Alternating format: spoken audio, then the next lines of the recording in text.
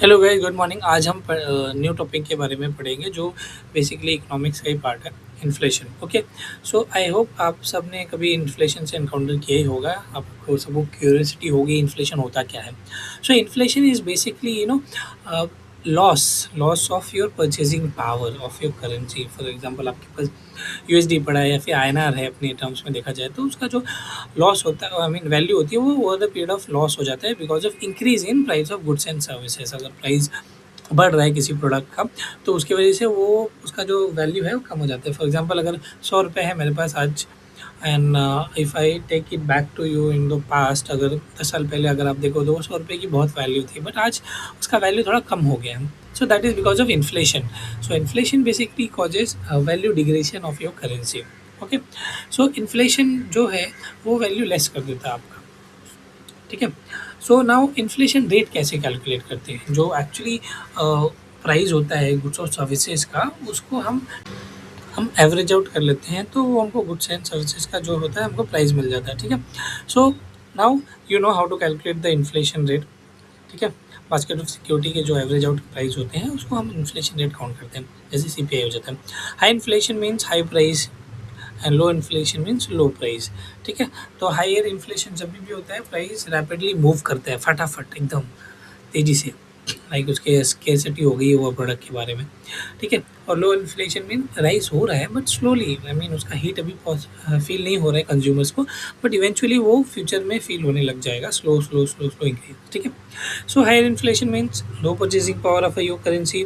Lower inflation means और stable economy. हमें over longer period of time अगर कुछ मेजर्स नहीं लिए तो इन्फ्लेशन आ सकता है। ठीक है, deflation deflation is exactly opposite of your inflation. Inflation में क्या होता है, प्राइस बढ़ जाते हैं, डिफ्लेशन में प्राइस कम हो जाता है।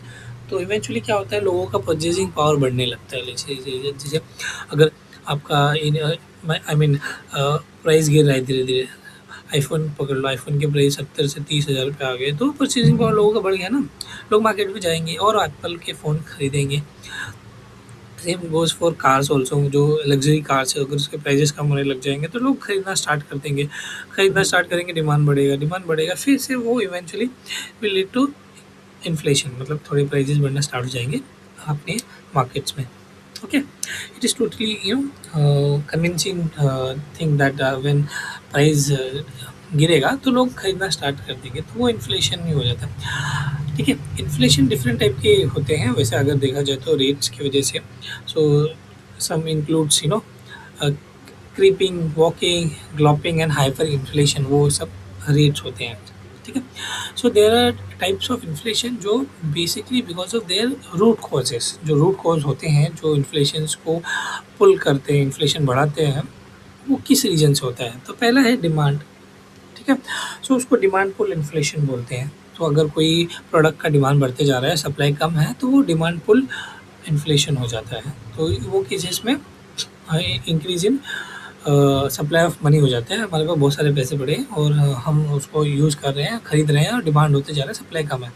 ठीक है, दूसरा है cost push inflation. Cost push inflation में क्या होता है कि increase in prices for inputs हो जाता है, जो प्रोडक्शन प्रोसेस में यूज़ होता है उसमें वो जो कॉस्ट होता है वो इंक्रीज़ होने लगता है। तो more money credit channel through commodity and assets, तो उसकी वजह से वो प्राइजेस जो ऑल टाइप के इंग्रेडिएंट्स होते हैं वो बढ़ने लगते हैं। सो वो कॉज करता है आपके होने पे, आई मीन इन्फ्लेशन होने पे।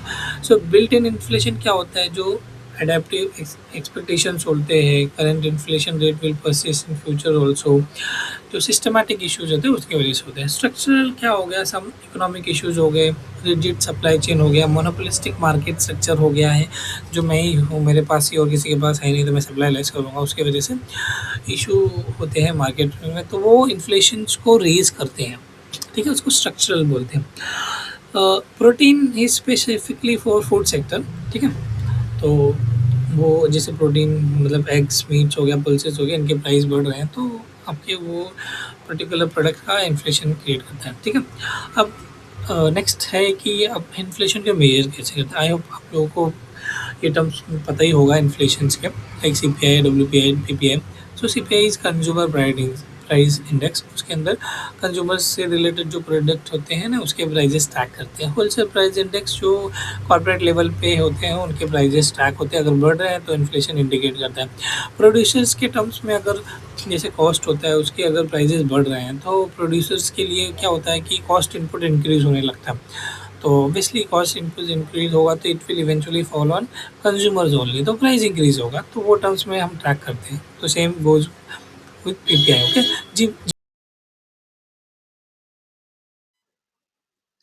Thank you guys for watching. Please like और सब्सक्राइब करें, मैं और वीडियोज़ ऐसे लाते रहूँगा।